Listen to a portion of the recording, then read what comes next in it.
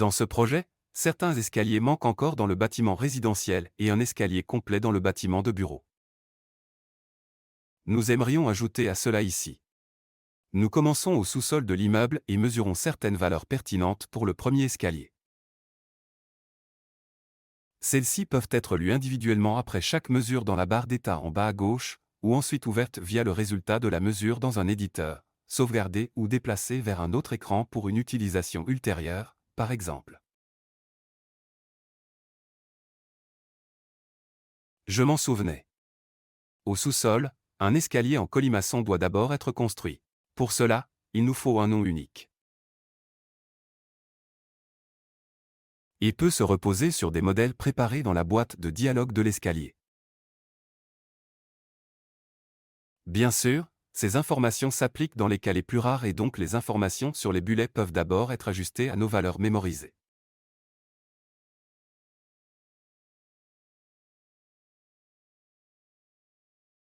Nous déterminons ensuite la géométrie des escaliers, changeons la direction de rotation, vérifions la longueur des jambes et la largeur de course, et les valeurs mentionnées précédemment donnent automatiquement le rapport de pente avec une mesure de foulée conforme aux normes.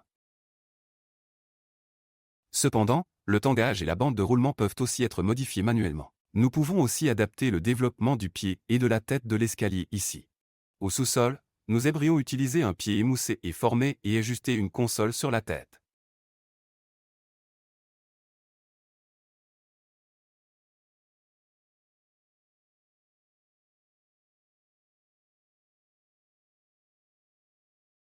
Nous pouvons maintenant ajuster les escaliers et les intégrer au modèle.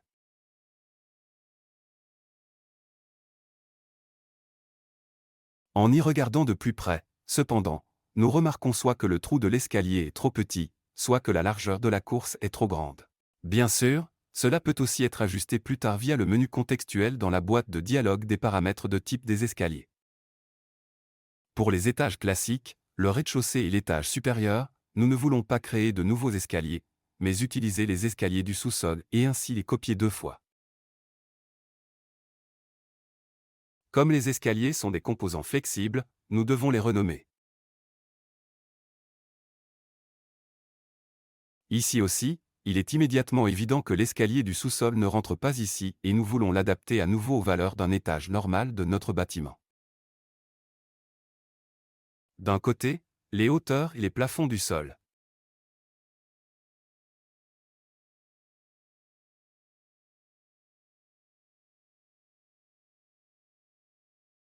En revanche, la largeur et l'épaisseur du canon.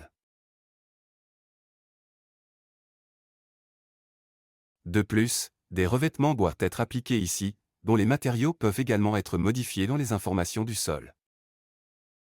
De plus, nous adaptons également le pied et le pied de l'escalier aux conditions du sol.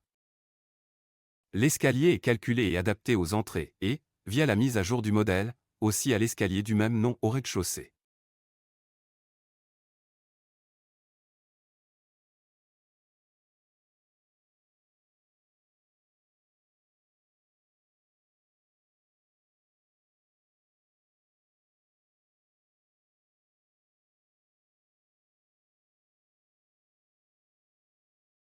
Nous pouvons aussi créer nous-mêmes des modèles à partir de chacun de nos escaliers afin de pouvoir les utiliser dans le projet ou pour de nouveaux projets.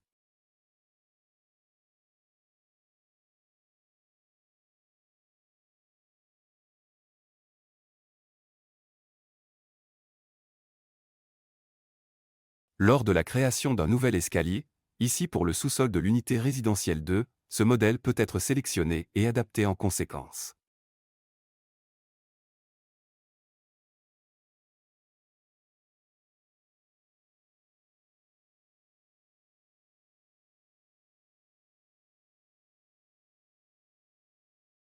Mais passons maintenant au bâtiment de bureau et à l'escalier complètement absent que nous aimerions construire maintenant.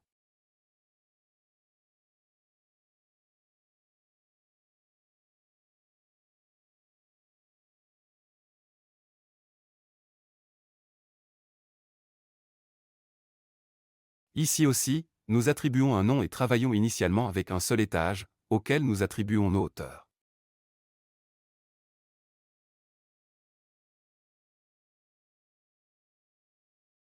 Dans la cage d'escalier, on peut aussi accéder directement à un plan mural. Soit les murs de la cage d'escalier elle-même, soit, comme dans notre exemple, les murs de la cage intérieure de l'ascenseur. Celle-ci est directement sous forme de plan rectangulaire avec les dimensions correspondantes.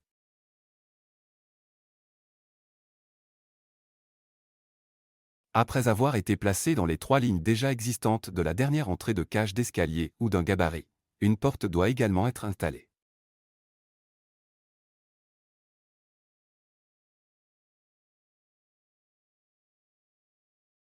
Nous voulons travailler ici avec 2 hauteurs intermédiaires ou podiums, ce qui a aussi entraîné le nombre de manches.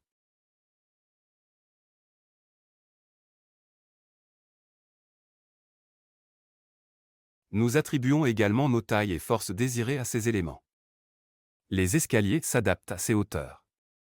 Si nous intégrons le résultat précédent, nous pouvons bien sûr voir que ce n'était pas tout, mais ici aussi, nous pouvons ajuster à nouveau la cage d'escalier via les paramètres de type.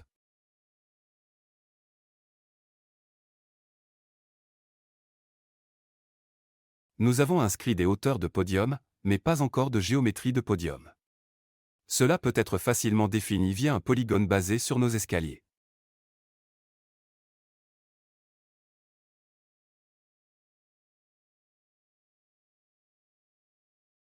Avant d'entrer sur le deuxième piédestal, regardons le premier, trouvons le bon, et entrons dans notre second de la même manière.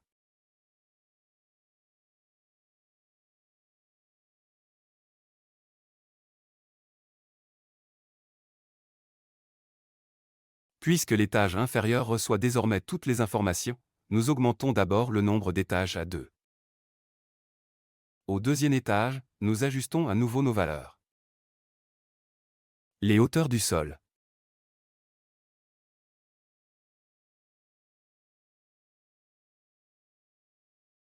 Les hauteurs des murs de notre plan via les données d'objets communes des murs puis les hauteurs des quais.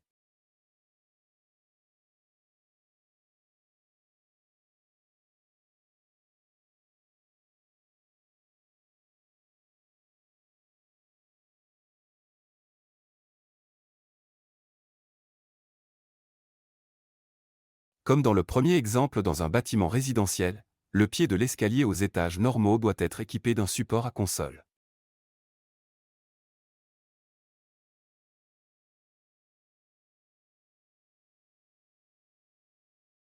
En raison des modifications apportées, le premier canon du nouveau plancher doit être repositionné via un déplacement.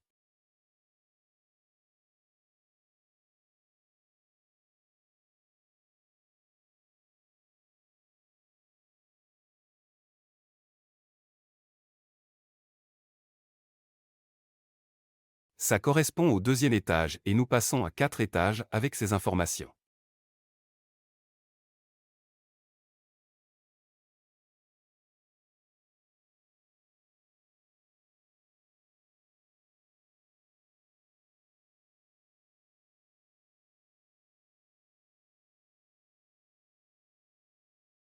Au dernier étage, nous n'avons plus besoin de hauteur de quai et les escaliers doivent également être supprimés.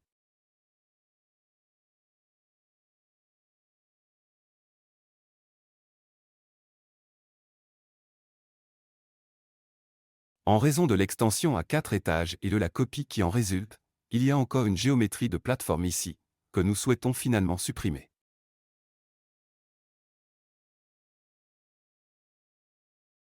Nous confirmons que l'escalier complet est OK et vérifions qu'il s'adapte maintenant.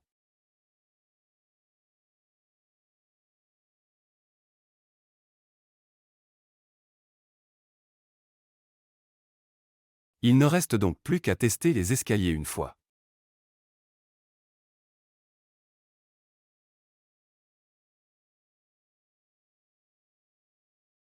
Ça se passe vraiment bien.